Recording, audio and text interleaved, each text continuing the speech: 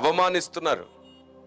ఓ పెద్ద మాట అంటాను, దేవుడు వాడుకునే వ్యక్తులను మనం గాని అవమానిస్తే దానికి దేవుడే తప్పక సింహాసనం దిగి మరి పనిచేస్తాడు. అది చాలా విపరీతంగా మారిపోతుంది. ఆ తర్వాత అపహాసకులైన వితండవాదులైన కొంతకాలమే దేవుడు వారికి ఒక టైం ఇస్తాడు, ఆలోపు వారు మారాలని. లేదు అంటే ఆయనే పనిచేయడం ప్రారంభిస్తాడు. అలాగే బైబిల్ గ్రంథంలో చరిత్ర కనబడుతుంది. ఎందరో అణిచివేయబడ్డారు, ఎందరో ఈ లోకంలోంచి వెళ్ళిపోయారు, ఎందరో మారి సాక్షులై నిలబడ్డారు, ఇంకెందరో జ్ఞాపకంలో కూడా లేకుండా తుడిచిపెట్టబడ్డారు. ఒక్కటి మాత్రం నిజం, ఈ లోకం నిన్ను ఎప్పుడు ఏ విధంగా అపార్థం చేసుకున్నా నువ్వు ఆయన మనసులో చోటు సంపాదించుకో చాలు. నువ్వు ఆయన మనసులో కరెక్ట్గా ఉన్నావా, ధైర్యంగా ఉండు. నిన్ను ఆయనే నిరూపిస్తాడు.